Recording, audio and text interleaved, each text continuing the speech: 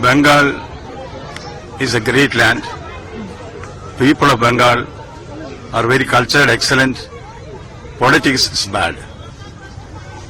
Why? Why do you think so? That is for the politicians to think and analyze. And your perception about that is not being changed in these 3 years. My perception has been solidified. Because, as it is said, politics is the last refuge of a scoundrel. I did not know what it means. Now I know what it means. But that has to change. But people of Bengal are enlightened.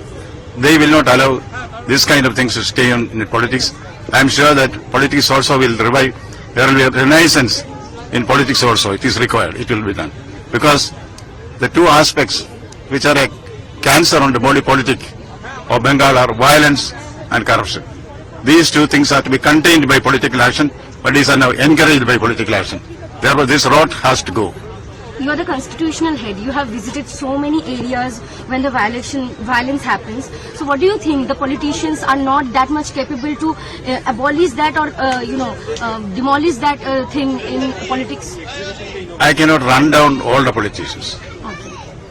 As a former bureaucrat, I am very clear it is a bounden duty of the government, the contemporary government of the times, to stem violence and corruption. If the government does not do that, irrespective of its political complexion, that government has failed in its duty. And there are constitutional remedies to be undertaken, which as governor I will do it. Do you think that the ruling party is continuously promoting the violence in the politics? I am not attributing anything to any particular political party. It is a fact before us. Violence is on the increase, corruption is on the increase. And who are the persons who can do that? See, the question before the people is, who is here to guard the guardians and custody the custodians? That should go. Government has to do its duty. Bengal expects everyone to do his duty. Government has more of a responsibility.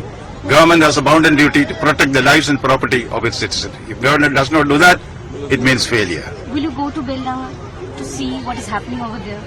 Network is being shut down for 3 to 4 days over there. See, in all Murshidabad. I have been in the habit of going to places where trouble is there. In a situation like this, where the issue is very sensitive, I should think twice every step that I take. Whenever it is required, I will meet the place, but I am monitoring, I am getting information from the field, through the police room, information with intelligence agencies. I am making my own assessment. If my presence is required, I will be there.